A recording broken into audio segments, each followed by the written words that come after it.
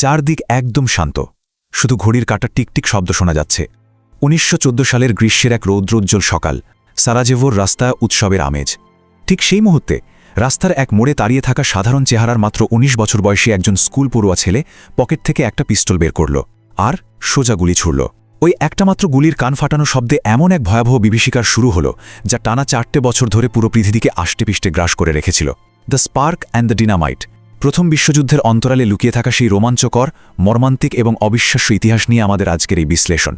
আচ্ছা, শুরুতেই একটা প্রশ্ন করি, একটা মাত্র গুলি কি সত্যি ২ কোটিরও বেশি মানুষের মৃত্যুর কারণ হতে পারে? স্কুল কলেজের ইতিহাস বইগুলোতে তো দশকের পর দশক ধরে ঠিক এটাই পড়ানো হয়েছে।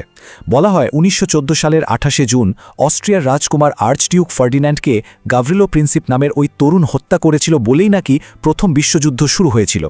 কিন্তু এবার একটু অন্যভাবে ভেবে দেখা যাক। সেই ১৯ বছরের ছিপছিপে নার্ভাস ছেলেটাকে, যার আঙুলের সামান্য একটু কাঁপুনি পুরো একটা সাম্রাজ্যকে মাটিতে মিশিয়ে দিল, তাকে যদি কোনোভাবে সেদিন সকালে রাস্তায় আটকে দেওয়া যেত, তাহলে কি সত্যিই যুদ্ধ হতো না? এই প্রশ্নের উত্তর খুঁজতে গেলে যে চাঞ্চল্যকর সত্যটা সামনে আসে, তা কিন্তু পাঠ্য বইয়ের ওই পুরনো মিথকে পুরোপুরি চ্যালেঞ্জ করে বসে। ইতিহাসের এই জটিল সমীকরণটা বুঝতে হলে খুব সাধারণ একটা তুলনামূলক চিত্র কল্পনা করা যেতে পারে। একদিকে ধরুন একটা ছোট্ট জ্বলন্ত দেশলাই কাঠি। এই কাঠিটার বারুদের গন্ধ বাতাসে মিলিয়ে যেতে না যেতেই কিন্তু নিভে যাওয়ার কথা, তাই না? এটি হলো ওই তরুণের ছোড়া গুলির প্রতীক। অন্যদিকে রয়েছে ডিনামাইটের এক বিশাল পাহাড়, যা আসলে দশকের পর দশক ধরে পুরো ইউরোপ জুড়ে জমে থাকা তীব্র উত্তেজনার প্রতীক। একবার ভাবুন তো, ডিনামাইটের বিশাল একটা স্তূপের উপর একটা জ্বলন্ত দেশলাই ছুড়ে দিলে যে ভয়াবহ বিস্ফোরণ ঘটবে, তার জন্য কি কেবল ওই ছোট্ট দেশলাইটাই দায়ী? একদমই না। বিস্ফোরণ তো এজন্যই হয়েছে কারণ সেখানে আগে থেকেই টনটন বিস্ফোরক জমিয়ে রাখা ছিল। আমাদের আজকের এই যাত্রায় আমরা সেই ডিনামাইটের পাহাড়েরই আসল সত্যটা জানব, যা গোটা ইউরোপকে একটা মৃত্যুপুরীতে পরিণত করার অপেক্ষায় ঘাপটি মেরে বসেছিল। পর্ব ১, সেই মারাত্মক ভুলভোর। ১৯১৪ সালের ২৮শে জুন দিনটা শুরু হয়েছিল সম্পূর্ণ ভিন্ন এক আমেজে। বিশাল অস্ত্র হাঙ্গেরিয়ান সাম্রাজ্য সদ্য বসনিয়া দখল করেছে। ওদিকের স্লাভিক মানুষরা সেটা কিছুতেই মেনে নিতে পারছিল না। বাতাসে তখন রীতিমতো বিদ্রোহের গন্ধ ভাসছে। আর ঠিক সেই উত্তেজনার মধ্যেই সকাল ১০টায় রাজকুমার ফার্ডিন্যান্ড এলেন পরিদর্শনে। কিন্তু শুরুতেই ঘটে গেল এক বিরাট অঘটন। বিপ্লবীদের ছোড়া প্রথম বোমাটা রাজকুমারের গাড়ির ওপর লক্ষ্যভ্রষ্ট হয়ে সোজা রাস্তায় বিস্ফোরিত হল। রাজকুমার তো কোনোমতে প্রাণে বেঁচে গেলেন। অনেকেই তখন স্বস্তির নিঃশ্বাস ফেলে ভেবেছিল, যাক বাবা, আজকের মতো বোধহয় বিপদ কেটে গেছে। কিন্তু নিয়তি অলক্ষ্যে মুচকি হাসছিল। হাসপাতাল থেকে ফেরার পথে রাজকুমারের গাড়ির চালক পথ হারিয়ে ফেলে। সে ভুল করে গাড়িটা ঢুকিয়ে দেয় একটা সরু রোদেলা গলিতে। রাস্তা হারিয়েছে বুঝতে পেরে চালক তাড়াহুড়ো করে গাড়ি ঘোরানোর চেষ্টা করে, আর ঠিক তখনই গিয়ার আটকে ইঞ্জিনটা হুট করে বন্ধ হয়ে যায়। ভাবা যায়? আর ঠিক সেই গলির মোড়েই একটা ক্যাফে থেকে সবেমাত্র বেরিয়েছিল সেই তরুণ গাভরিলো প্রিন্সিপ। সে নিজের চোখে বিশ্বাস করতে পারছিল না। যাকে মারার জন্য তারা এতক্ষণ হন্য হয়ে সারা শহর ঘুরছিল, সে নিজেই এসে একদম সামনে হাজির। মাত্র ৫ ফুট দূর থেকে পরপর দুটো গুলি, আর তাতেই পৃথিবীর ইতিহাসের চাকা চিরকালের জন্য এক ভিন্ন দিকে ঘুরে গেল। এরপরই শুরু হলো আসল খেলা। একটা মাত্র হত্যাকাণ্ড কিভাবে মুহূর্তের মধ্যে পুরো পৃথিবীকে ২ ভাগে ভাগ করে চরম এক বিশৃঙ্খলার দিকে ঠেলে দিল, তা যেন এক ভয়ঙ্কর ডমিনো এফেক্ট।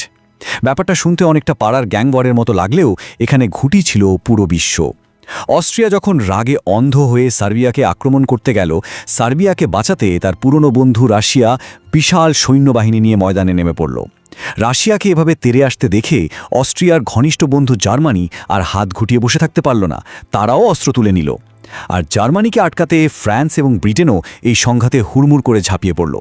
চুক্তির শক্ত জালে আটকে থাকা দেশগুলো একের পর এক যুদ্ধে জড়িয়ে পড়ল, আর দেখতে দেখতে গোটা ইউরোপ পরিণত হল এক জ্বলন্ত অগ্নিকুণ্ডে। পর্ব ২, ইউরোপের গেম অফ থ্রোনস। আচ্ছা, এবার একটু গভীরে যাওয়া যাক। কেন সবাই এভাবে একে অপরকে ধ্বংস করার জন্য পাগল হয়ে উঠেছিল?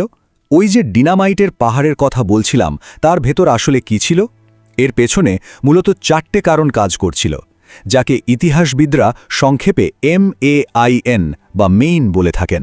প্রথমটা হলো সামরিকবাদ বা মিলিটারিজম। পুরো ইউরোপ জুড়ে তখন চকচকে নতুন যুদ্ধজাহাজ আর কামানের মহড়া চলছে। সবাই পাগলের মতো নিজেদের সেনাবাহিনী বাড়াচ্ছিল। দ্বিতীয়টা হলো মিত্রতা বা অ্যালায়েন্স। গুপ্তচরদের ফিসফিসানি আর গোপন চুক্তির এমন এক ভঙ্গুর জাল তৈরি হয়েছিল, যা এক দেশের যুদ্ধে অন্য দেশগুলোকে জড়াতে বাধ্য করেছিল। তৃতীয়ত সাম্রাজ্যবাদ বা ইম্পেরিয়ালিজম। এশিয়া ও আফ্রিকার সম্পদ, কয়লা আর সোনা লুটের এক নির্লজ্জ আর লোভনীয় প্রতিযোগিতা তখন চরমে। আর শেষটা হল উগ্র জাতীয়তাবাদ বা ন্যাশনালিজম। সাধারণ মানুষের মগজে বিশ্বের মতো ঢুকিয়ে দেওয়া হয়েছিল যে তাদের রক্ত আর তাদের দেশই সর্বশ্রেষ্ঠ, বাকিরা সব তুচ্ছ। এই চারটে স্তম্ভই মূলত একটা বৈশ্বিক বিপর্যয়ের নিখুঁত মঞ্চ আগে থেকেই তৈরি করে রেখেছিল। এই বিপুল পরিমাণ প্রস্তুতির ভয়াবহতাটা কতটা মারাত্মক ছিল সেটা বুঝতে শুধু একটা পরিসংখ্যানের দিকে তাকালেই চলবে, 4 গুণ। হ্যাঁ, ঠিকই শুনেছেন, 1870 থেকে 1914 সালের মধ্যে ইউরোপের দেশগুলোর সামরিক খরচ ঠিক 4 গুণ বেড়ে গিয়েছিল। একবার চোখ বন্ধ করে দৃশ্যটা কল্পনা করুন। বিশাল বিশাল সব কারখানা দিনরাত অবিরাম কাজ করে যাচ্ছে। প্রতিদিন লাখ লাখ কামানের গোলা, বন্দুক আর বুট জুতো তৈরি হচ্ছে, কিন্তু সেগুলো ব্যবহার করার কোনো জায়গা নেই। এত বিপুল পরিমাণ অর্থ খরচ করে এত বিশাল সেনাবাহিনী আর মারণাস্ত্র তৈরি করার পর রাজাদের হাত রীতিমতো নিষ্পিস করছিল। তারা ভেতরে ভেতরে শুধু একটা ছোট্ট ছুতো খুঁজছিল, কবে এই অস্ত্রগুলো একে অপরের ওপর পরীক্ষা করা যাবে। এর চেয়েও চমকে ওঠার মতো একটা বিষয় আছে। সেই সময়কার ইউরোপের রাজনৈতিক নেতৃত্বের দিকে তাকালে রীতিমতো অবাক হতে হয়। জার্মানির রাজা কাইজার উইলহেম দ্বিতীয়, রাশিয়ার রাজা জার নিকোলাস দ্বিতীয় এবং ব্রিটেনের রাজা পঞ্চম জর্জ, এই 3 মহাশয় ছিলেন আপন খুড়তুতো জ্যাঠুতো ভাই। বিশ্বাস হচ্ছে না? তাদের সবারই ঠাকুমা ছিলেন ব্রিটেনের রানী ভিক্টোরিয়া। একদিকে তারা চিঠিতে একে অপরকে খুব আদরের সুরে প্রিয় কাজিন নিকি বা প্রিয় উইলি বলে ডাকতেন, আবার ঠিক একই সময়ে একে অপরের দেশে লাখ লাখ মানুষকে নির্মমভাবে হত্যার নির্দেশে নির্দ্বিধায় স্বাক্ষর করতেন। একটু ভেবে দেখলে বোঝা যায় বিষয়টা কতটা অদ্ভুত আর মর্মান্তিক। কোটি কোটি মানুষের রক্তে ভেজা এই প্রথম বিশ্বযুদ্ধ আসলে ছিল রাজপরিবারের নিজেদের মধ্যে একটা পারিবারিক সম্পত্তি দখলের জঘন্য লড়াই। বাস্তবে গেম অফ থ্রোনস বোধহয় একেই বলে। পর্ব 3, আড়ালে থাকা ঘুচি। রাজাদের তো না হয় নিজেদের চরম অহংকার ছিল, আর পুঁজিপতিদের ছিল টাকার অন্ধলোভ, কিন্তু সাধারণ মানুষদের কি লাভ ছিল এই যুদ্ধে? কেন তারা দলে দলে যোগ দিল? চারদিকের খবরের কাগজ, ঝলমলে রঙিন পোস্টার আর আবেগময়ী কবিতায় তখন দেখানো হচ্ছিল যে যুদ্ধে যাওয়াটা নাকি এক চরম বীরত্বের কাজ। দেশের সুরক্ষার নামে বেকার যুবকদের চাকরির লোভ দেখিয়ে রীতিমতো মগজ ধোলাই করা হয়েছিল। তাদের বলা হয়েছিল, চিন্তা নেই, বড়দিনের আগেই তোমরা বীরের বেশে ঘরে ফিরবে। কিন্তু বাস্তবতা ছিল চরম নিষ্ঠুর আর ভয়াবহ। ওই তরুণরা যখন সত্যি সত্যি যুদ্ধক্ষেত্রে পৌঁছালো, তারা আবিষ্কার করল এক বিভীষিকাময় জগৎ। কনকনে ঠান্ডায় বরফ জমা কাদামাখা ট্রেঞ্চের ভেতর বিশাল বিশাল ইঁদুর আর পচা লাশের গন্ধের মাঝে বসে তারা লড়াই করছিল কেবল সাম্রাজ্যবাদীদের লোভ মেটানোর জন্য। হিরোইজমের এক দারুণ রঙিন মোড়কে আসলে একটা পুরো প্রজন্মকে এক বিভৎস মৃত্যুকূপের দিকে ঠেলে দেওয়া হয়েছিল। ইতিহাসের পাতায় একটা সংখ্যা প্রায় খুব নীরবে হারিয়ে যায়, 15 লক্ষ। 15 লক্ষ মানুষ। ভাবা যায়, এই বিশাল সংখ্যাটা কেবল পুরনো খাতার কোনো ধুলো পড়া হিসাব নয়। এটি হলো সেই সব ভারতীয় সেনাদের আত্মত্যাগের পরিমাণ যাদের ব্রিটিশরা এই যুদ্ধে লড়তে বাধ্য করেছিল। এরা কেউ কিন্তু পেশাদার খুনি ছিল না। এরা ছিল গ্রামের সাধারণ কৃষক, কারো আদরের সন্তান, কারোর স্নেহের ভাই। এমন একটা দেশ থেকে তাদের ধরে আনা হয়েছিল যে দেশটা নিজেই তখন পরাধীনতার শেকলে বন্দী। যে ব্রিটিশ সাম্রাজ্য তাদের নিজেদের মাটিকে শৃঙ্খলে বেঁধে রেখেছিল, ঠিক সেই সাম্রাজ্যের সুরক্ষার জন্যই তাদের হাতে বন্দুক তুলে দিয়ে পাঠিয়ে দেওয়া হয়েছিল এক অজানা গন্তব্যের উদ্দেশ্যে।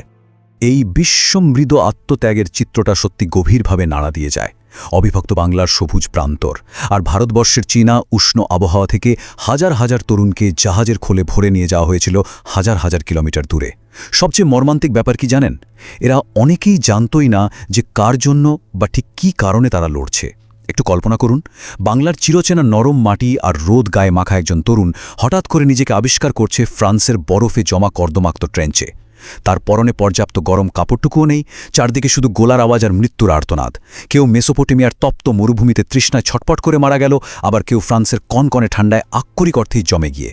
তাদের এই করুণ মৃত্যু কোনো মহৎ উদ্দেশ্যে ছিল না, ছিল কেবল ব্রিটিশ সাম্রাজ্যের অহংকার আর আধিপত্য টিকিয়ে রাখার এক নির্মম ব্যর্থ চেষ্টায়। পর্ব 4, বড়দিনের অলৌকিক শান্তি। এত রক্তপাত আর ধ্বংসযজ্ঞের মাঝেই কিন্তু লুকিয়েছিল মানবতার এক অসামান্য গল্প।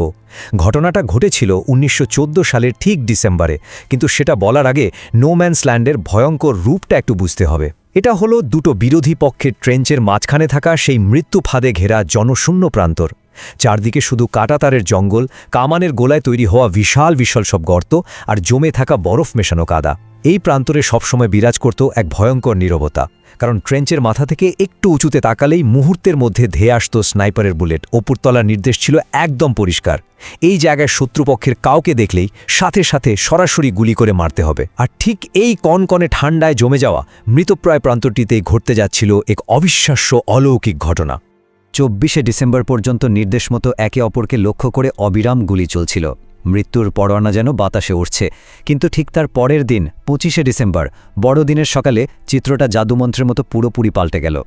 হঠাৎ দেখা গেল ব্রিটিশ আর জার্মান সেনারা তাদের ট্রেঞ্চ থেকে অত্যন্ত সন্তর্পণে একটু ভয় আর দ্বিধা নিয়েই বেরিয়ে আসছে। কারো হাতে কোনো বন্দুক নেই। তারা ধীরে ধীরে একে অপরের দিকে এগিয়ে গেল।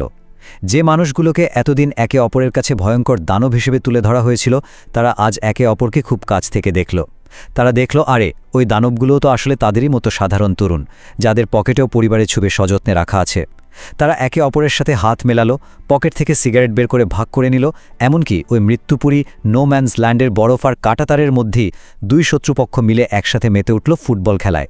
একটু ভাবুন তো দৃশ্যটা, যেখানে কেবল কামানের বুক কাঁপালো গর্জন শোনা যেত, সেখানে হঠাৎ করেই প্রতিধ্বনিত হতে লাগল একঝাঁক তরুণের নির্মল হাসি আর উল্লাস। কিন্তু মানবতার এই অদ্ভুত জয়গান ওপরতলার কর্তাদের একেবারেই সহ্য হল না।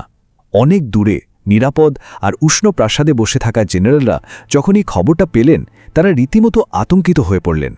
তাদের সবচেয়ে বড় ভয় ছিল, সাধারণ সেনারা যদি একবার বুঝে যায় যে অপরপক্ষের মানুষগুলো ঠিক তাদেরই মতো কষ্ট পাচ্ছে, তাহলে তো যুদ্ধটাই বন্ধ হয়ে যাবে। সাথে সাথে চরম কঠোর নির্দেশ এলো, এক্ষুনি যুদ্ধে ফিরে যাও, নইলে কোর্ট মার্শাল করে ফায়ারিং স্কোয়াডের সামনে দাঁড় করানো হবে। ওপরতলার রাজারা এই স্বতঃস্ফূর্ত মানবতাকে নির্মমভাবে পিষে মারল। যে মানুষটার সাথে গতকাল তারা ফুটবল খেলেছে, একসাথে হেসেছে, গল্প করেছে, আজ বাধ্য হয়ে তাকেই বুকে গুলি করতে হলো। এই একটা ঘটনায় অত্যন্ত স্পষ্টভাবে বুঝিয়ে দেয় যে যুদ্ধ আসলে সাধারণ মানুষ কখনো চায় না। যুদ্ধ কেবল ওপরতলার ক্ষমতার লালসায় সাধারণ মানুষের উপর জোর করে চাপিয়ে দেওয়া হয়। পর্ব 5, অতীতের প্রতিধ্বনি। ইতিহাসের এই চরম ট্র্যাজেডি আজও আমাদের খুব গভীর কিছু ভাবনার মুখোমুখি দাঁড় করিয়ে দেয়। প্রখ্যাত কবি থমাস হার্ডির একটা ভাবনা এই নির্মম সত্যটাকে অত্যন্ত শক্তিশালীভাবে তুলে ধরেছে। দুটো অচেনা মানুষ, যারা হয়তো কোনো শান্ত বিকেলে পাড়ার চায়ের দোকানে দেখা হলে চমৎকার বন্ধু হয়ে যেতে পারত, তারা একে অপরকে নির্দয়ভাবে হত্যা করে। কেন জানেন? কারণ কেবল কোনো এক রাজা বা নেতা তাদের সেটা করতে নির্দেশ দিয়েছে। কতটা সহজ অথচ কতটা গভীর একটা সত্য, তাই না?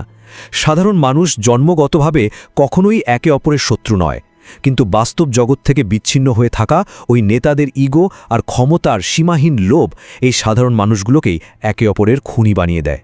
দেখতে দেখতে 1 শতাব্দীরও বেশি সময় পার হয়ে গেছে। প্রথম বিশ্বযুদ্ধের সেই ধ্বংসলীলা থেকে মানব সমাজ কি সত্যি আজ পর্যন্ত কিছু শিখতে পেরেছে? আজও কি আমাদের সমাজ আধুনিক নেতাদের প্রোপাগান্ডা আর অহংকারের ফাঁদ থেকে পুরোপুরি বেরোতে পেরেছে, নাকি আজও ধর্ম, জাতি বা দেশের নামে খুব সহজেই সাধারণ মানুষকে বোকা বানিয়ে একে অপরের বিরুদ্ধে লড়িয়ে দেওয়া হচ্ছে? এই প্রশ্নটা কোনো সাধারণ জিজ্ঞাসা নয়, বরং সভ্যতার আয়নার সামনে দাঁড়িয়ে থাকা এক চিরন্তন প্রতিধ্বনি। আমাদের আজকের এই বিশ্লেষণ এখানেই শেষ করছি, তবে যাওয়ার আগে এই প্রশ্নটা আমাদের সবার ভাবনার জন্যই রেখে গেলাম।